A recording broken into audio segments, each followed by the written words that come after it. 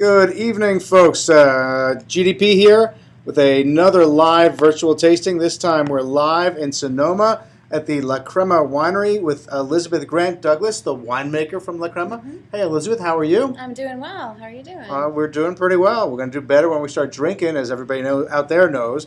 They're very familiar with the routine.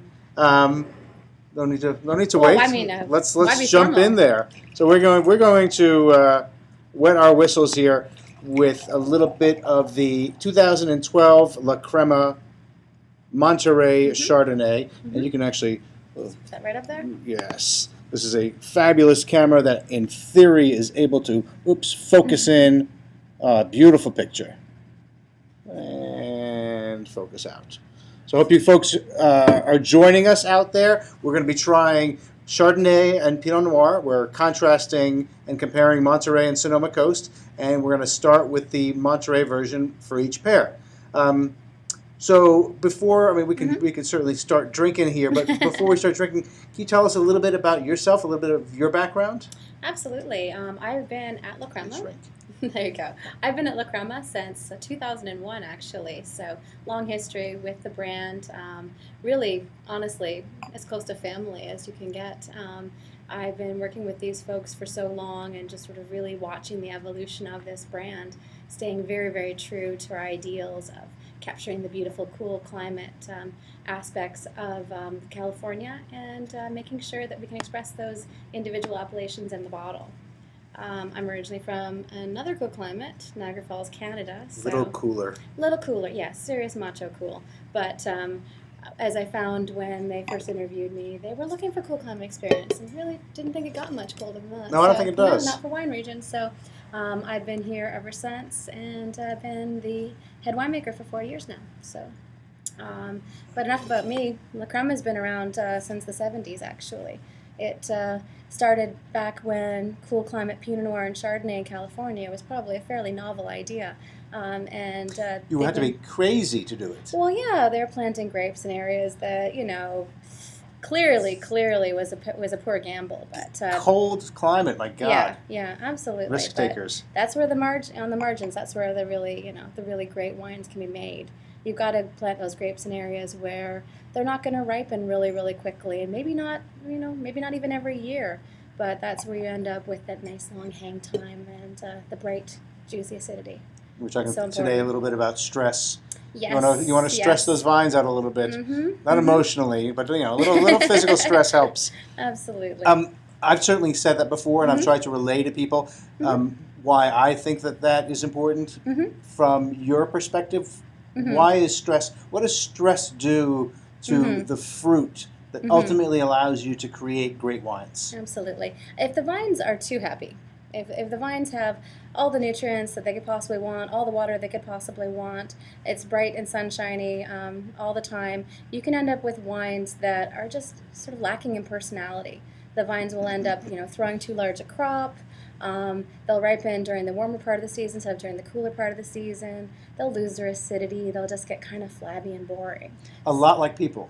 Gotta challenge people. You treat them too well. You put them in the sun. You let them relax. What happens? You get flabby and boring. Absolutely. And don't let them grow up too fast. Absolutely not. So we're always putting these grapes into areas that have, the cooler climate, whether it's because of wind, whether it's because of fog, and in soils that are challenging, whether it's because they're super well drained and the water just, sort of gushes away from them, drains away really quickly, stressing the vine, or if they're maybe in really heavy clay that, again, sort of dries out, cracks, and sort of breaks apart those little tiny roots. And, it's another way of challenging that vine, making it fight a bit. So we're going to talk specifically about Monterey and the Sonoma Coast, but you mentioned water, and water is always a very important part of the discussion here in California. I don't know if you've had any significant rainfall since May of this year. But it's been a dry, difficult year. Yeah, it's been pretty dry, but there's still lots of time for us to fill up our reservoirs at this point. We're not too worried about that at this point, as long as we have our water for frost protection and irrigation later on in the season. So if we get a nice wet January, February, we'll be just fine. The vines are dormant at this point, so. They went to bed. Yeah, they went to bed after harvest. All it's that amazing. Stress. Yeah. It's amazing the vines from my limited experience, you harvest the fruit and they say, Oh yeah. my job is done here, Oh yeah. and I'm going to sleep immediately. Yeah, you can tell when a vineyard's been harvested by driving by on just quickly on the highway. You can be like, yeah, there's no fruit on that one because one day the vines have orange leaves, the next day there's no leaves at all. It's like, amazing. All right, I'm done. It's absolutely amazing. So here's a good place to start in the discussion between Monterey and the Sonoma Coast. Harvest dates, flowering dates, are the seasons similarly long and similarly timed, or are they different? Well, actually, Got a little map so people yeah. can see what we're talking about. Well, actually, I mean, Sonoma Coast has a really long growing season, but Monterey's even just a little bit longer than that. They'll bud, a week or two earlier than the Sonoma Coast because it's a little bit milder in Monterey. So we're talking, around mid-March, maybe a week or two later for Sonoma Coast, and then you'll find that the shoots will grow quite quickly, and then they'll slow down in Monterey, and Sonoma Coast will catch up. And we'll actually harvest a little bit earlier in Sonoma Coast than in Monterey. So Monterey honestly has, I think, just about the longest growing season in California in terms of just the amount of time it takes to ripen that fruit. And we spoke a little bit about the 2012 harvest and the harvest period today, and how you could just kick back and say, hey, I'm going to let it hang another day. We'll see what happens. Absolutely. So why is the long hang time important? Well, what happens? Well, what we find with a long hang time is that the fruit really has time to develop that character and those flavors. If you end up with too much heat, particularly with Pinot Noir, you can end up with more jammy qualities to the wine. And, jam is a lovely thing, and it works better in some varietals than others. But you want to capture in Pinot Noir that vibrancy, that lovely fresh fruit quality. So you want to get those ripe tannins and those really mature, supple qualities without going so far towards ripeness that you end up with too high in alcohol or too condensed a fruit. We've seen a lot of those, haven't we? Yeah. For better or for worse. For you guys out there, if anybody wants to ask a question on Twitter or add a comment, that the hashtag is La Crema Wines, plural. So Facebook, Twitter, let us hear from you. We're taking your questions for the next 53 minutes. You have 53 minutes. So let's jump into a little bit of discussion about the wines. Let's talk about the winemaking. We have two Chardonnays here. Yes. Is the winemaking approach any different? Well, actually, what we try to do is let the appellation shine, and that's by not making the winemaking dramatically different between the two regions. It's something we hold true for both our Monterey and Sonoma Coast tier, and then for our upper Appalachian tier. We want to make sure that it is the fruit that's expressing itself. It's not a lot of, winemaking handiwork and, leaving a lot of winemaker fingerprints on it. So these wines are, they're picked in the cool morning hours, middle of the night if we can, brought into the winery when they're still, This is not chilly. a romantic business, folks. Yeah, no, very, very chilly. Long hours. Long hours, lots of handwork, middle of the night. You have to wake up and pick fruit when it's cold. Absolutely. So this is it really is a fantastic opportunity for people to experience the differences in terroir with a sort of transparent winemaking applied to each of them. Absolutely, yeah. So it's a pretty light touch with the oak on the Chardonnays. The Monterey has 4.5 months of oak, primarily French. The Sonoma Coast has 4 months. We do inoculate for malolactic, and we let them all go at least partially through a mal, but we do like to retain some of that nice, crisp natural acidity. So it's not all about trying to layer a lot of, buttery characteristics on it. In fact, butter as a descriptor breaks my heart. What I'm going for is creaminess. We really want that texture that you get from ML and some of the roundness, but not something that overlays the fruit too much.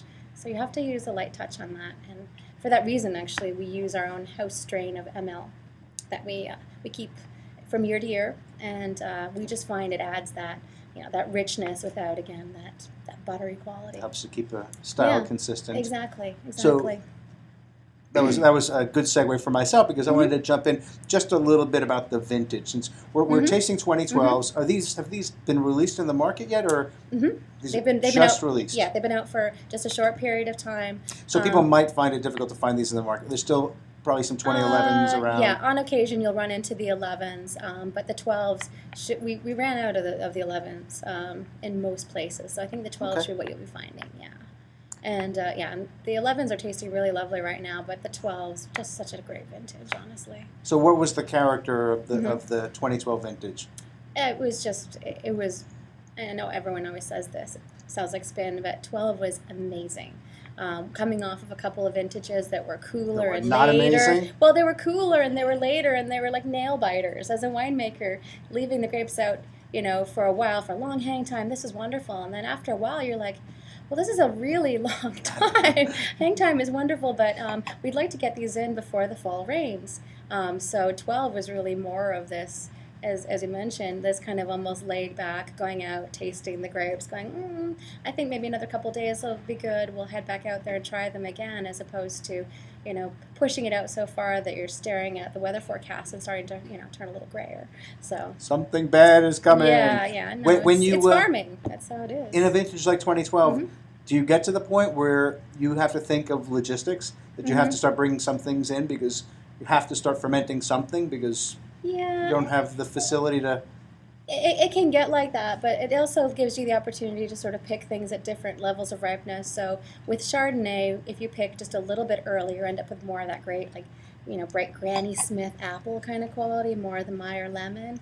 You push it a little bit longer and you end up with more like sort of that more rich pear qualities, yellow apples, sometimes melon. So you can just sort of pick on the spectrum. We call it the bell curve, and you end up with so many great things to blend. To blend with. Because we keep everything separate.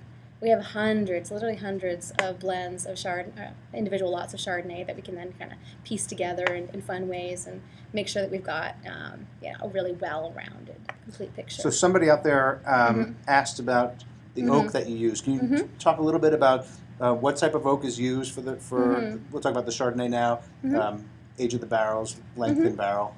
Yeah, so about 4.5 months of oak aging. The Chardonnay is fermented in the oak. It's stirred about every 3 or 4 weeks. And we do use primarily French oak, but we do find a little bit of American oak can actually be interesting in Chardonnay. American oak has gotten a lot better over the years since I first started in the business. When I first started, American oak was just seen as like kind of a dill green, almost, menthol-y quality. Now, with proper aging and toasting, what comes out is more of an intense vanilla, even almost towards a coconutty quality. So it's not something you want a lot of, but it's like an interesting nice element of spice. Yeah. So you can kind of layer that in, as long as like all the rest of the oak, it's in the background. It's like framing the fruit, not the whole story.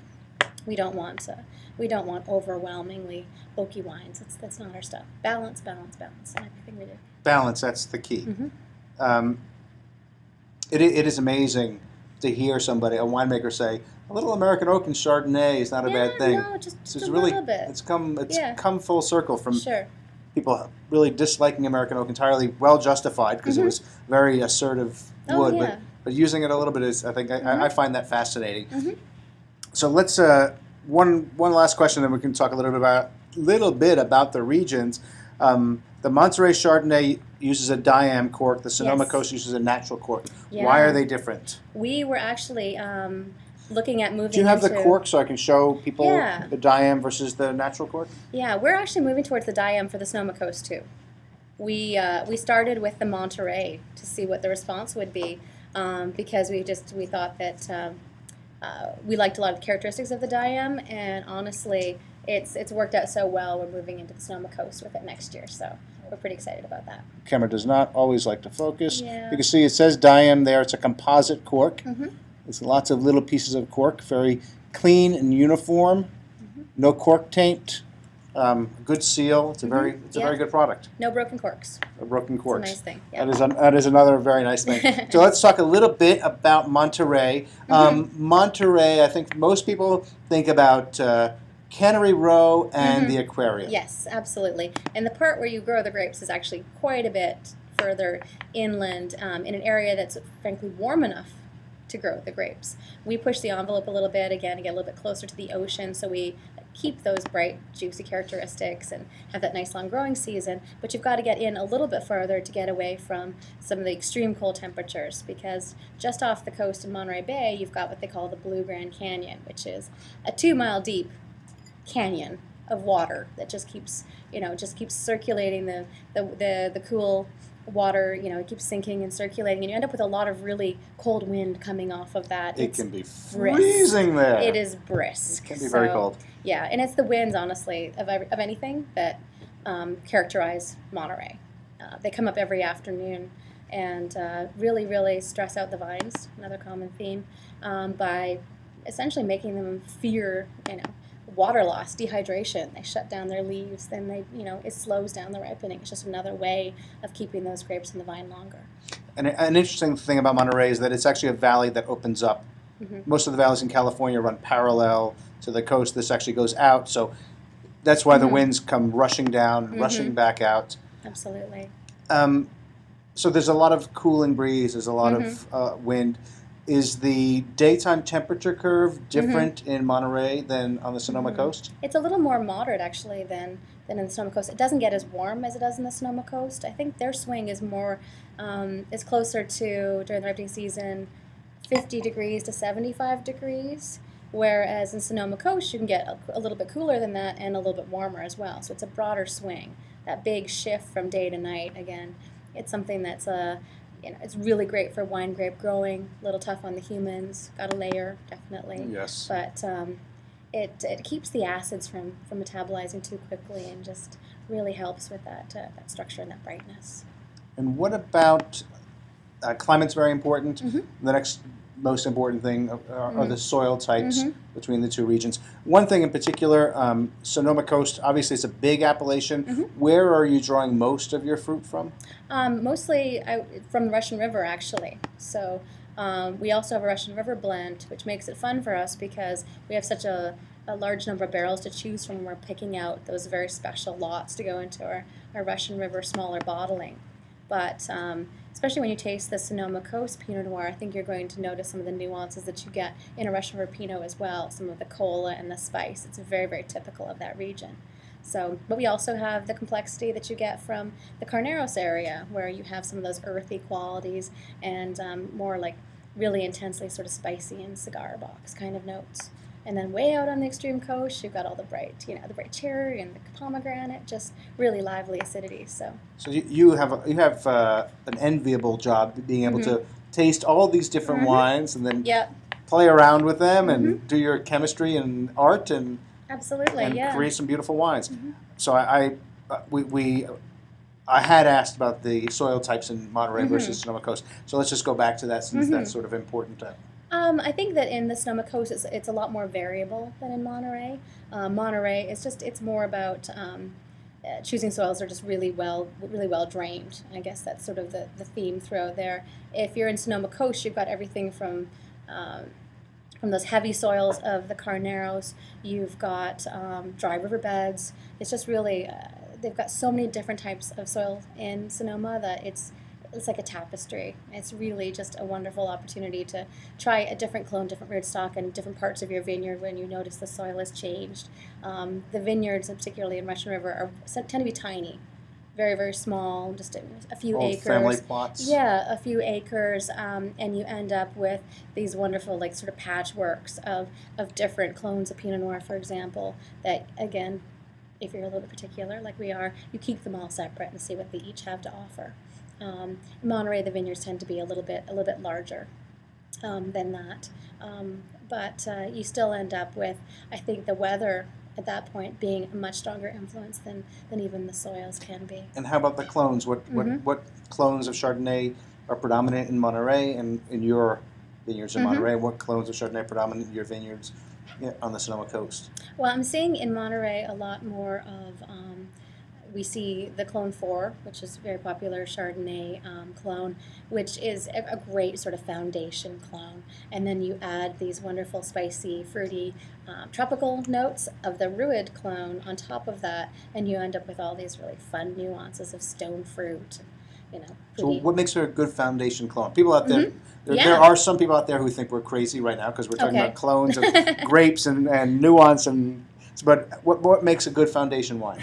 Well, it's one that has it has a lot of great texture to it, but it also is one that is frankly a reliable ripener, and it's going to keep its nice acidity, and it's going to be the sort of this wonderful this wonderful backdrop that then you add all of these other nuances to. It's a fantastic clone to work with, and then you just sort of add the finishing touches with some of the other clones. Because Ruid is a wonderful clone. It's like the life of the party. It's got this fantastic big personality, but you would never put it in a bottle on its own because people would not even recognize it as Chardonnay. It's just too much. It's too much. It's too much. It's too floral, to everything. So just light touches of that. So what percentage of the wine is Ruid? Oh, I think we're probably up around 7%. Yeah, 7%. So it's a dollop. There. It's a big it's dollop. There, yeah. but it's not. It has to be. It has to be tempered. Definitely. It is amazing. For our style. Other winemakers can go crazy. Yeah. It is amazing how, when you're doing blending trials, and I've tasted through a few, the tiny adjustments have a profound effect on the finished wine. Absolutely. I was floored when you're talking about 1 milliliter in a liter, 1,000 of a percent, no, 1/10 of a percent, 1/1000th. And you blind taste, you're like, this one tastes different. Yeah, absolutely. And that's a good point. Blind tasting is huge. It's something that we do here at La Crema. We're big believers in it. It's terrible for your ego, because if you think you know, you might be wrong. You might be wrong, even after years and years. But especially if you've been working with vineyards for a decade or more, you get in your head what you think this vineyard can accomplish, what it's going to taste like, how it looked this year, what it's going to contribute to a blend. It's the worst possible scenario for a winemaker, because then you start putting together this imaginary wine that you think it's going to taste like when you're done. You're much better off tasting everything blind, rating it, and then getting your little secret answer key and going, oh my gosh, that's really good this year. So you don't overlook some of these ones that are just having a really sparkling, fantastic year, and you get to really get to know the wines for their own merits. And for the consumer too.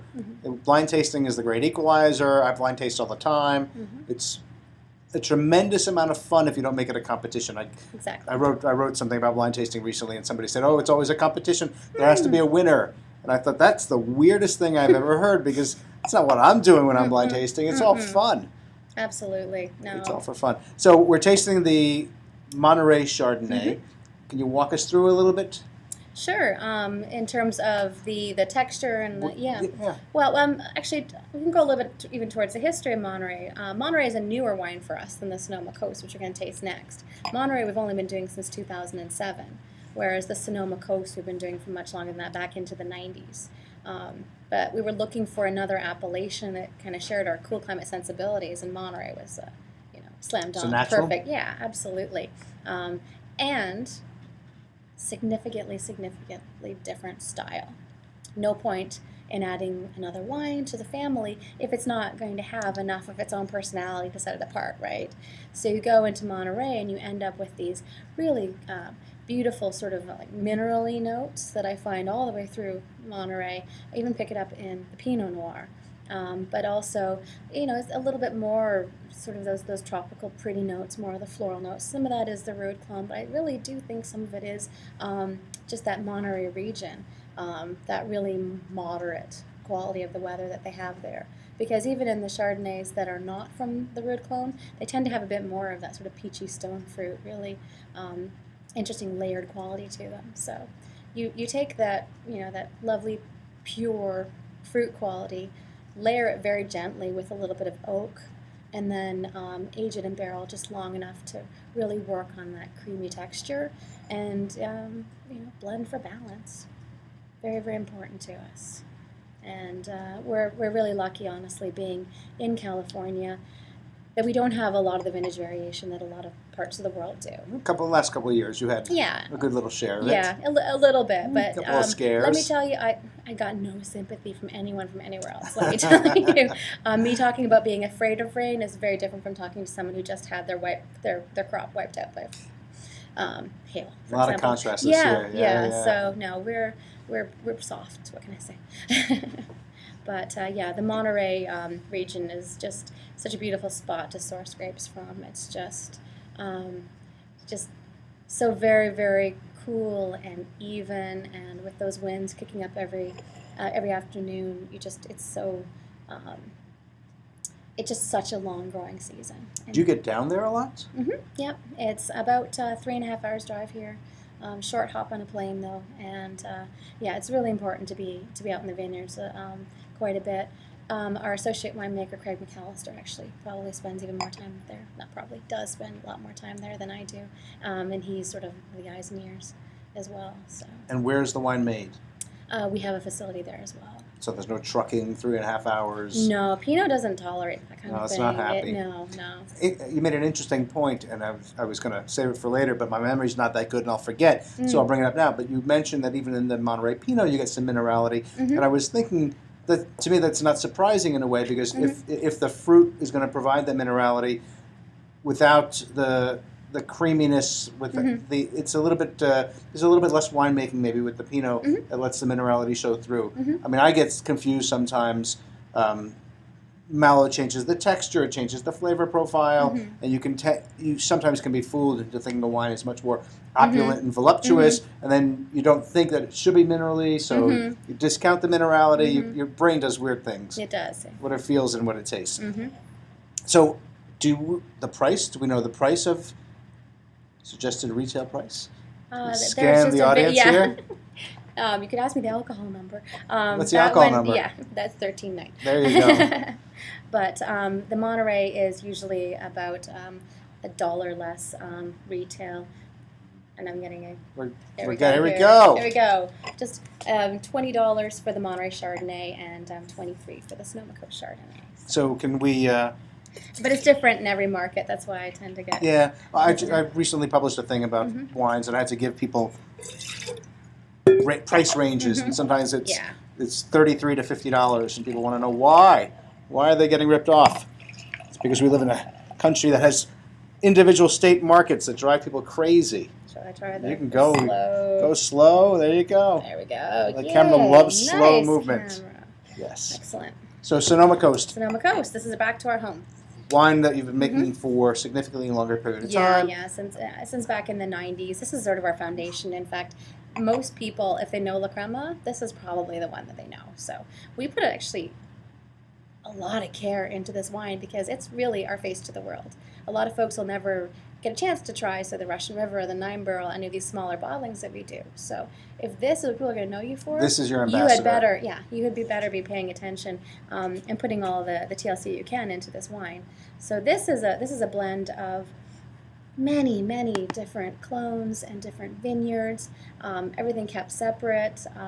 Again, the picking in the middle of the night while the fruit is beautifully cool. A gentle pressing takes about 3 hours for press cycle. It spends one night in tank to settle, then off to barrel for fermentation. Once it's done its primary fermentation, you get that stirring, that gentle hand stirring every 3 weeks.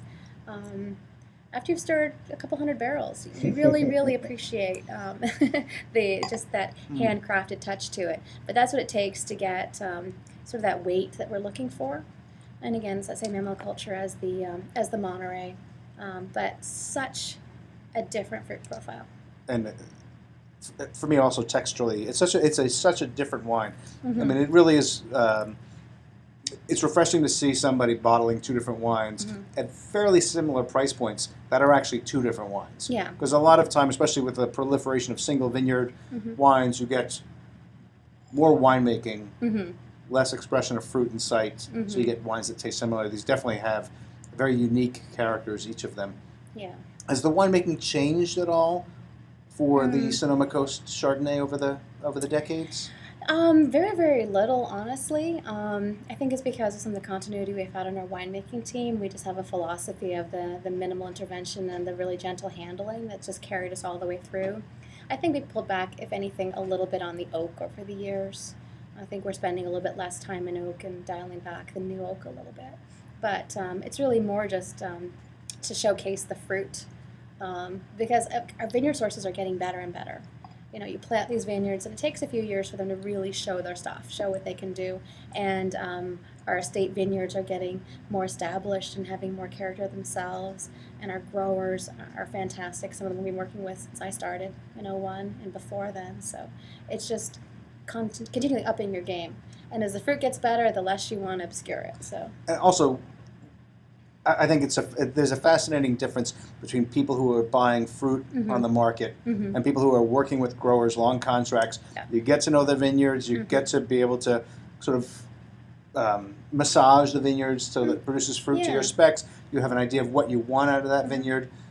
That continuity, I think, is phenomenally important in producing better wine with each passing vintage. No, and absolutely. And we have, like, serious working relationships with some of these growers. They come in every year, every spring, and taste their wines with us and get the feedback. And, we hear about how they're doing and what's up with their vineyard and what's up with their family. And got a new puppy, watch out for him. This is Sonoma. It's just, I think it's so much better if you have that kind of the richness of the personalities and the relationship. Just a business transaction? Yeah, no, it's not like that. And our growers don't think of themselves as grape growers. They're wine growers. They actually, there's some bragging rights to which wine you get into. Oh, that's pretty interesting. Because especially if you could go into either the higher tier wine or more base wine, it's like more sort of bragging over the fence a little bit. Do you give like Boy Scout patches? Well, it's surely a bragging rights kind of thing. Okay. But yeah, it's one of those things we kind of encourage a little bit of competition for sure.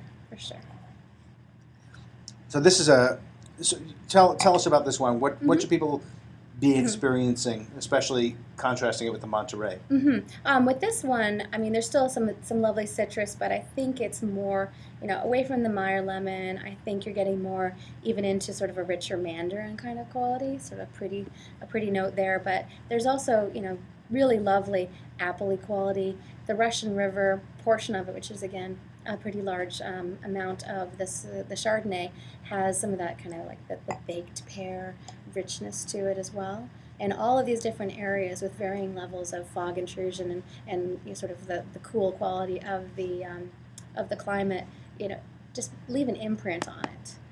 Some areas are more minerally, other areas are just more about just sheer vibrancy. And if you get into the ever so slightly warmer areas of the Russian River, you can end up with just that beautiful broad, rich texture. And again, a little tiny bit of the oak sort of framing it, adding little hints of the caramel. It complements it, I think. And the oak treatment is similar on the two? Yeah, absolutely. Yeah. About 4 months oak. And actually, the Sonoma Coast is just a few percent lower on the new oak. Okay, because I think that I was going to say the Monterey to me had much more of the caramel and toast.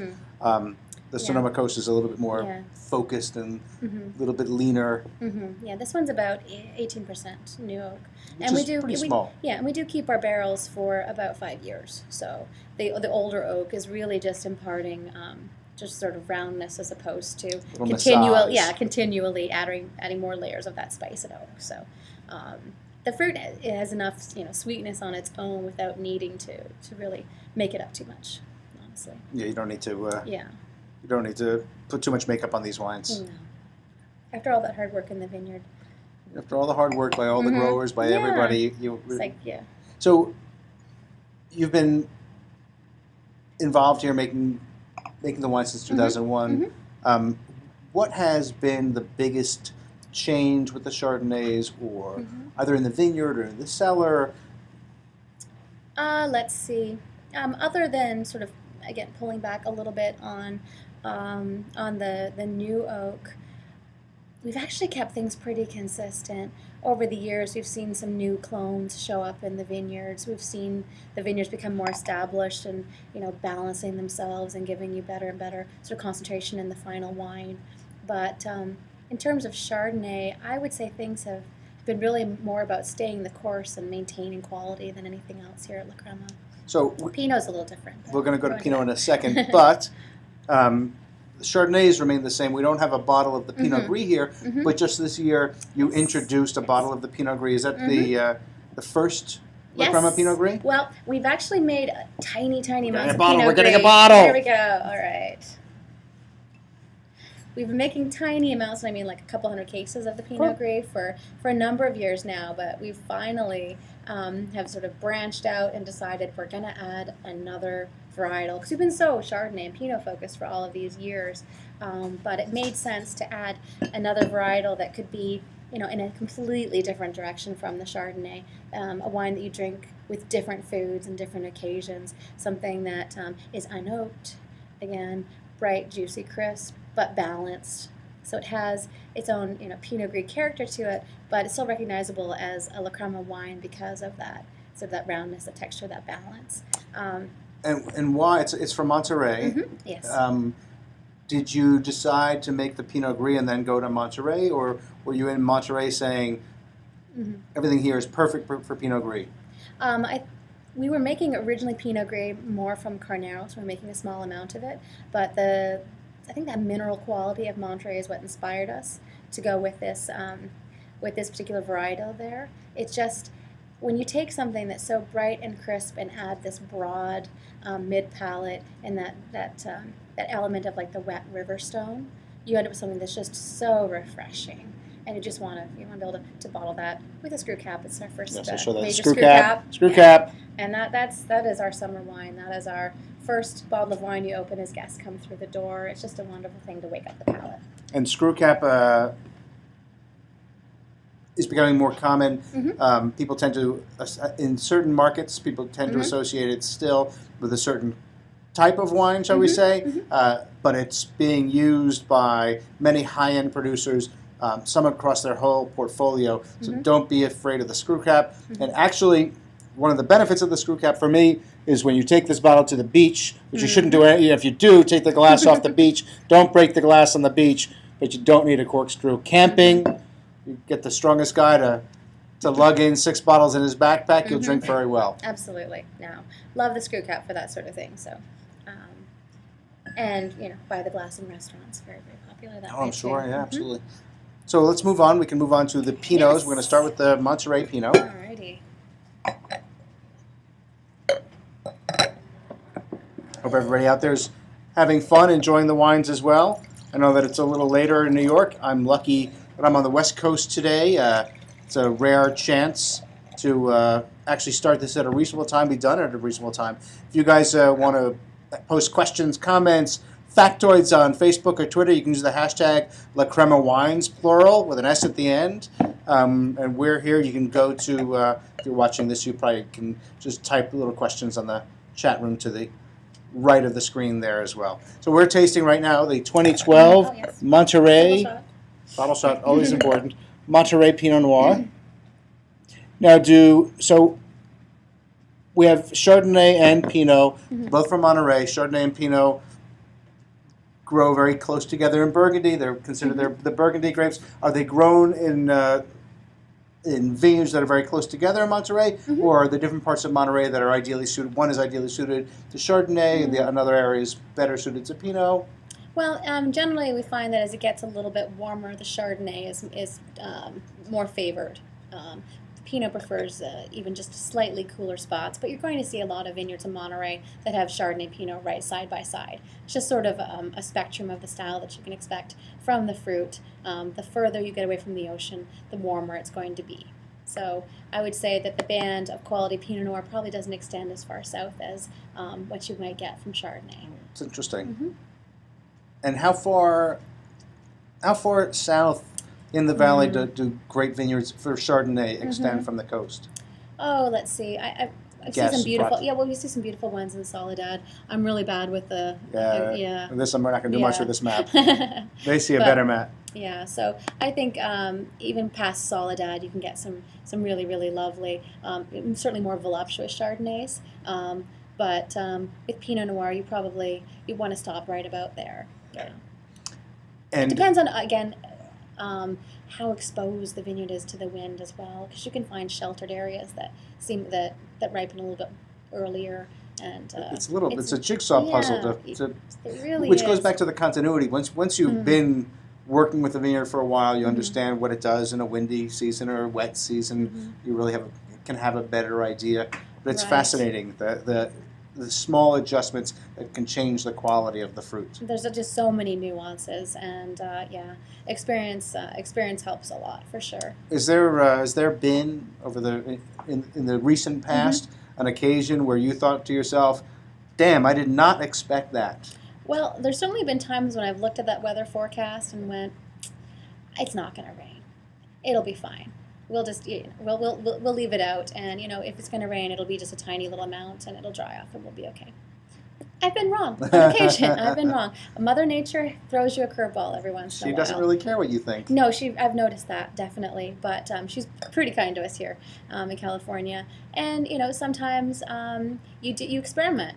You'll pick part of a block a little bit earlier and see what you get. You'll pick another part a little bit later and see what you get. And sometimes you surprise yourself as to what you're going to like better. It all depends on what you're looking for in terms of, are you pushing more for tannin ripeness? Are you looking for more of the darker fruit qualities, or do you want, more cranberry, pomegranate, those sort of qualities? So there's almost no wrong answer. It's just, did you get what you're looking for? Absolutely, absolutely. It's an art. Mm-hmm. There's no bad art, they say. There's some bad wine out there, but that's a different story. So somebody asked from our audience, is there a lot of Pinot being grown in Monterey? Mm-hmm. Absolutely. It's a perfect spot for Pinot Noir. It really is a wonderful, cool climate region for Pinot Noir. It does wonderfully there. And when you were asking me before about what has changed in the world of Pinot since in the last decade or so, I think a lot has changed in the world of Pinot. I think it's the most changed wine. Absolutely. The popularity, that big boom, out of nowhere, we were like, yes, we're stunning, cool. amazing. Yes, absolutely. We're cool again. We're ready Finally, for it. We're ready finally. for it. We've been getting ready for this for decades. But yeah, Pinot has certainly changed a lot over the years. Our style really hasn't changed that much. But we've definitely been able to branch out into different regions a little bit more, like adding Monterey. We've had Anderson for quite a long time, but then we're adding, these little tiny, smaller single vineyards out on the coast, expanded into Bennett Valley, and just really homing in. Like there's a thirst for information on what each region can do with Pinot Noir, so you can just delve in as tight as you want. Right down to the block level, and people are fascinated by it. So that's part of the beauty of Pinot, is that it really does this. Mm-hmm. It has this incredible diversity, mm-hmm. and I think one of the things that you were alluding to, mm-hmm. And I'll say it, is that in the 10 years ago, mm-hmm. I think a lot of wines lacked that diversity. A lot of winemakers mm-hmm. managed to make wines that were shockingly similar from different places because mm-hmm. they were harvesting later, mm-hmm. looking for bigger, more mm-hmm. powerful, and now there's been a little bit of retrenchment, and we're more into the elegance and the balance that Pinot so capable of. I mean, you look at the color of this wine, and it's it's a nice pale. Well, that doesn't help me. That looks black. It's not there. showing it. No, but you can see right through this. It's a beautiful pale, very appropriate color for as far as I'm concerned for Pinot. Yeah, no, Pinot is not about muscularity. It's more about just the elegance and the nuances and the subtleties, and you're not going to get as much of that if you push for these higher alcohols and a lot of extended maceration, lots of time in oak, just kind of layering that over it. You get that more for when you do that delicate handling, you do your punch downs rather than pump overs. We do almost entirely French oak on Pinot Noir. It's more subtle. It's more subtle. You don't want to overwhelm a Pinot Noir. After you spend all that time coaxing the color and the flavor out of those skins very, very gently, the last thing in the world that you want to do is just crush it. Yeah. So you don't have to answer this question, but if you want to answer a question, this is fine. But do you have any opinions on what drove that movement towards bigger is better with Pinot? Public opinion kind of went in that direction, following some critics probably, and it got to at one point where it seemed like the only way you could be cooler was to be an even bigger Pinot Noir. And La Crema didn't change their wines? Actually, no. We kind of stuck to our guns, and must have been a difficult period. Well, fortunately, we had so much support. We had folks who really, told us that not to change, that they felt we were on the right track. And our wines were doing really well at that point, and we just felt that sort of that gentle way of handling the fruit was just going to be the way that people would understand the varietal the best. And got to stick to your guns, and lo and behold, everybody understands it today. One question: these are just released. Mm-hmm. I know that the oak in some of the wines is it's not excessive, but it's certainly noticeable and assertive. There's a significant amount of oak spice on the nose here. When do these wines are drinking well today? But when do you think they're at their best? Do you think the Chardonnays benefit from a year or two in bottle, the Pinots from a couple of years? Yes. The hardest part about being a winemaker is cruelly, the wines start to taste their best just as they're selling out. So usually about a year in bottle, and they're just really reaching their, they're stretching their legs. You're getting everything just really. Really lined up so that you're getting that right approach on the palate, and you've got that wonderful follow through, a beautiful long lingering slightly spicy finish. The texture is just perfect, and then they're gone. So there's for those with patience and a nice cool spot to tuck things away, there's certainly rewards to doing a little bit of light cellaring. But I think these wines continue to improve over a couple of years, and then sort of achieve a plateau. Yeah. So is there an annual battle between you and salespeople? We've touched on this today a little bit, but release the wines. Do not release the wines. Release the wines. Well, there's certainly lots of conversation. They're in touch with me all the time. It's great. I've heard that too. It's a weekly update. So here we have the Monterey Pinot. What do you get out of this wine? What should people be looking for at home? With Monterey Pinot, one of the things I love about it is that really classic Pinot earthiness to it. I mean, you really get that sense of the terroir, and just some lovely, aromas that, you've got the wonderful dark plum, and you've got the spice, very, very classic. But there's other things going on here than just fruit. You've got like leathery and cigar box and cherry pipe tobacco going on. Just a nice complex wine. Really broad texture, velvety. The texture is beautiful and not weighty. I mean, it's not a small wine. It's maybe small scaled in a certain way, but I love the way that it's on the finish. It refreshes the palate. You never get this accumulation of tannin or sugar or anything to dull the palate. You just want to keep drinking it. Yeah, they're tricky that way. Yes. But yeah, food wines. We're really big on food here at La Crema. Whenever we're making these wines, we're thinking about what is this going to pair with? What am I going to drink this with? What is this going to pair with? I love this with anything to do with, sort of mushroomy sort of elements, anything with sort of a bit of a wild game. I love this with duck. You're reading my mind. So good with duck. You're reading my mind. A little dried cherry in a wine reduction sauce. And you're so there. But yeah, even something like that's a little heavier, a little fattier like duck, that's going to just cut right through it, and it's going to keep you wanting more duck, wanting more Pinot Noir. It's Now I want duck. Yeah. I don't know if this is the right place for duck. Oh, it's always the right place for duck. It's always the right place. Absolutely. I'll have to go to the duck takeout facility that's adjacent to the winery here. That's one with the dinner hour webinars. Yeah. Yes. But yeah, no, these are wines that are just sort of a natural on the table, and that's their environment. That's what we're making them for. It's funny to create these wines in an environment where you've got the white tabletop, and it's very, very scientific. Clinical, yeah. But the first thing we do when we get our blend together, take it home, share it with friends, find some real food. Have food. Yeah. A soda cracker, not going to cut it. No. That's not their natural environment. So. Sip and spit. Not going to cut it either. No. That's when you're working. Oh, yes. All too familiar. Have you been making the Monterey Pinot for the same length of time as the Chardonnay? Yes, since 2007. And actually, that was a really great vintage to start with. One of the best vintages I've seen in California. Again, just very, very smooth and predictable, and giving you lots of time to. So is that better for? Is that one of the best vintages for you as a winemaker? Sounds like it. Both. It's good for me. It's good for the grapes. It's good for everybody. Yeah, good for the team. Yeah, mental health, all of that. There you go. No, but it just makes it so that you have this real luxury of just really just honing in on that perfect moment to pick those grapes, because that is, you live with that decision for the next year. That is your last chance to get it right. Yes. So. One chance a year to do these things. Yeah. What's the biggest risk for Pinot climatically in the vineyard? What's the thing that gives you the most concern?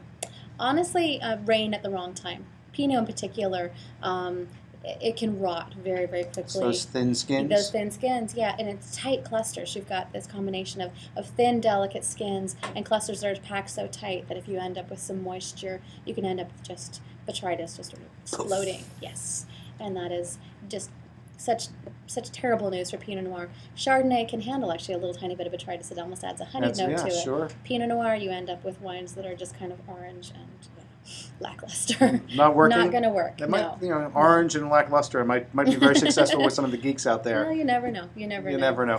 Somebody had a question about the logo. Mm-hmm. There's the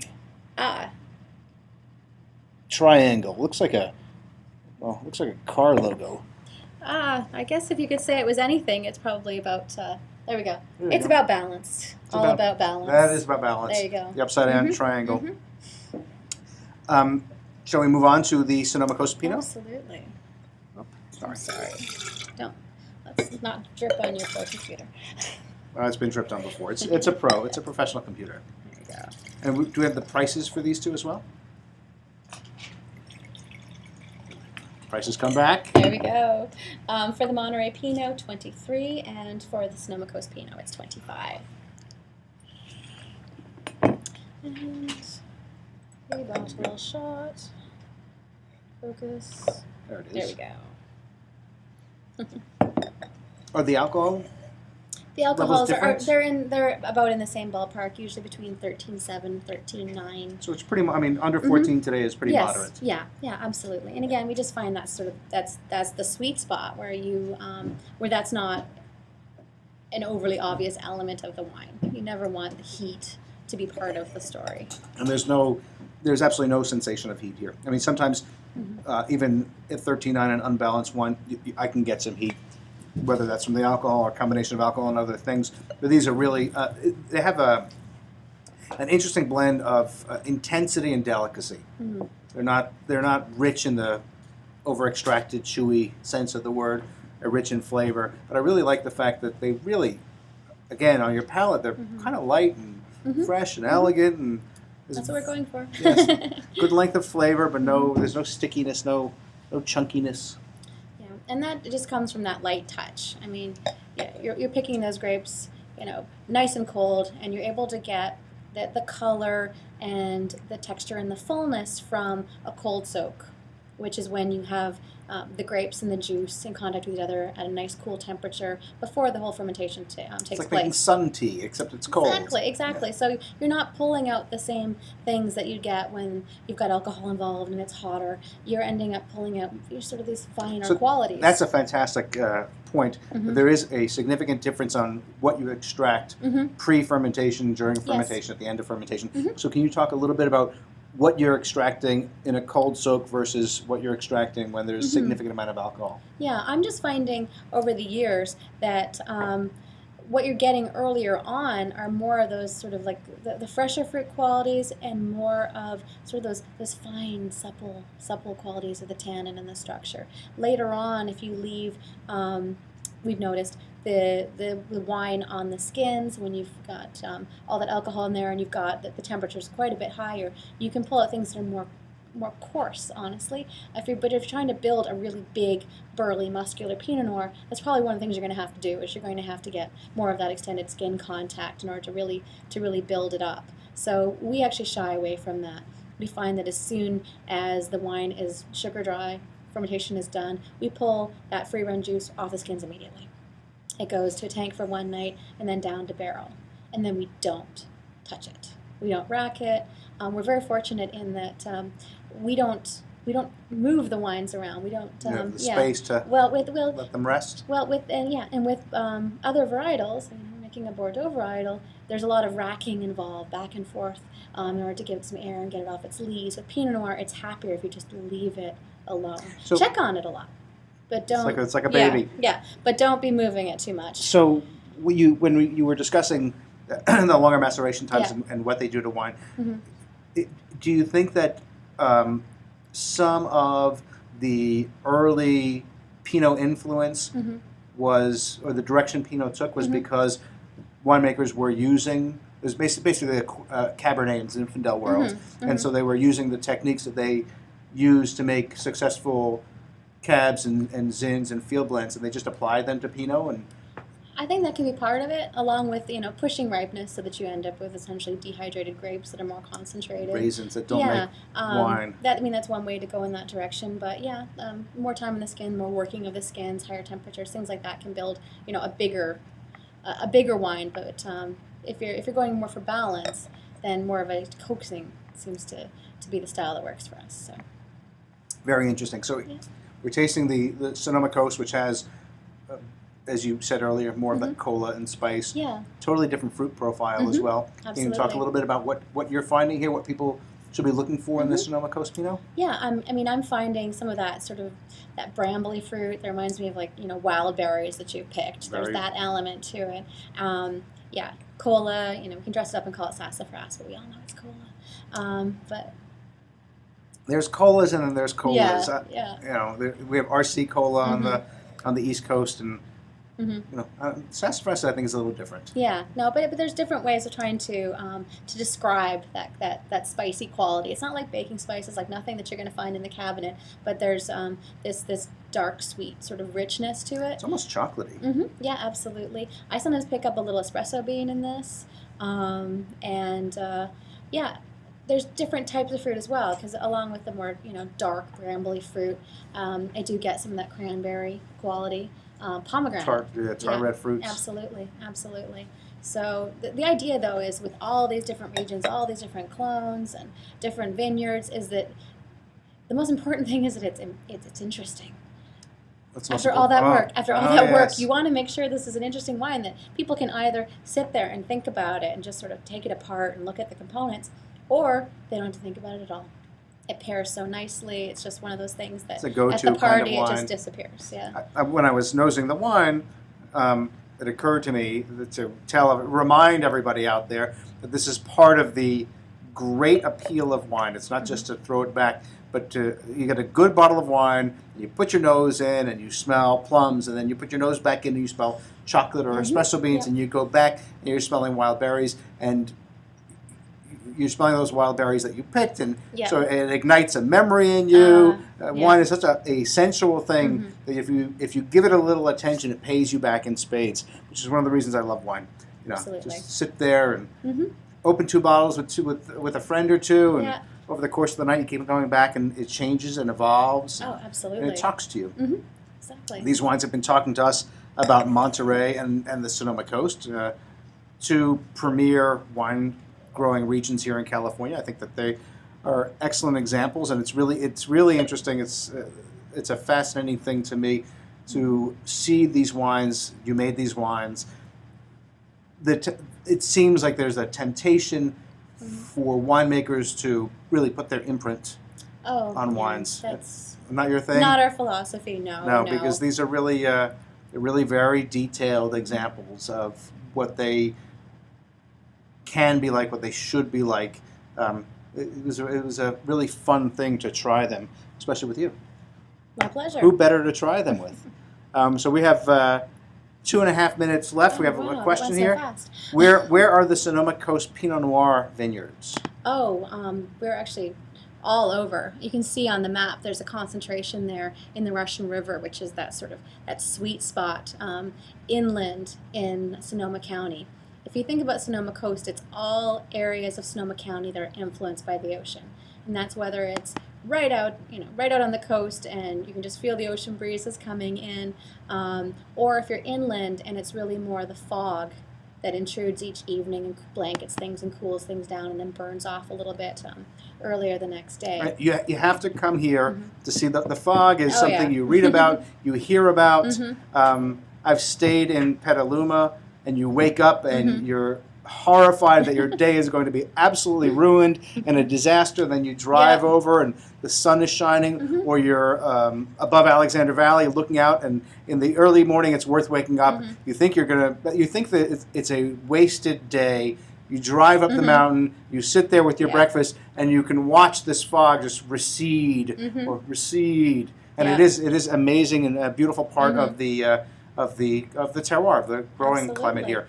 Speaking of visiting, you guys, La Crema opened a new tasting room last year in Healdsburg. We actually revamped our tasting room, so it's much larger. it's just so lovely. It's a great spot where you can just sit there and enjoy a glass of wine, lean back on the couches, and just relax. It's not the environment where you have to sort of get up to the bar, elbows up, and try to fight for your sample of wine. It's more like how I'd entertain you if you were in my living room. It has a homey feel. Absolutely. So the whole idea is to just really just enjoy the hospitality of Sonoma and the laid back. Where is it located?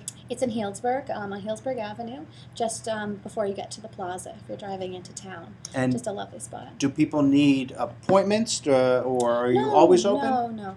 Our hours vary a little bit with the seasons, but we're open 7 days a week, and yeah, we'd always love to see you. Talking to you.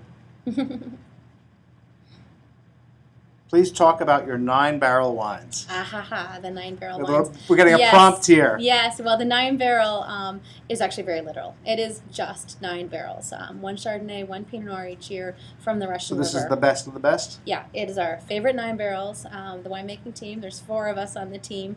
We're all sort of rooting for our own blend, and we'll try these wines again. We'll put our blends together kind of in secret, and then we'll taste them brown bagged, and we all rate them, and then we're looking at to see, okay, I hope it's mine, I hope it's mine. And then, of course, we keep going over and over again, back out to the cellar, grab some more samples until we get to a wine that we all agree, okay, this is the essence of what this vintage was about. Sometimes it's more about sort of a subtle, more ethereal quality to it, and sometimes it's really more about just the vibrancy of the vintage. Whatever that vintage meant to us, this is our artistic impression of it. So the barrels come from anywhere? Anywhere in the Russian River. Anywhere in the Russian River. Anywhere. So sometimes it's 9 different vineyards, each of those barrels. Sometimes it's closer to one vineyard we think is the foundation, and then we sort of frame it. Only once ever in our history have we ever made it all from one vineyard. What vintage was that? That was in 2008. And that was sneaky. Our assistant winemaker did that in secret and put it out on the table, and we all chose it unanimously. We're like, what is that? What vineyard? What vineyard? I can't tell you. Okay. Secret vineyard. 2008 9-barrel Pinot came from a secret vineyard. Secret vineyard. But it was just one of those things where, okay, there are no rules. There are no rules. And when you taste blind, that's when you get to the truth. So 9 barrels, all about the expression of the vintage, capturing the essence of the vintage, while you have the Appellation series, which is much more about capturing the qualities from the different regions here in California. Absolutely. And they're single vineyard wines. And then, of course, the Monterey and the Sonoma Coast, which most people are able to track down a little easier. But it's the introduction. Yes. Come to our tasting room. You can try them all. I think it's a fabulous idea.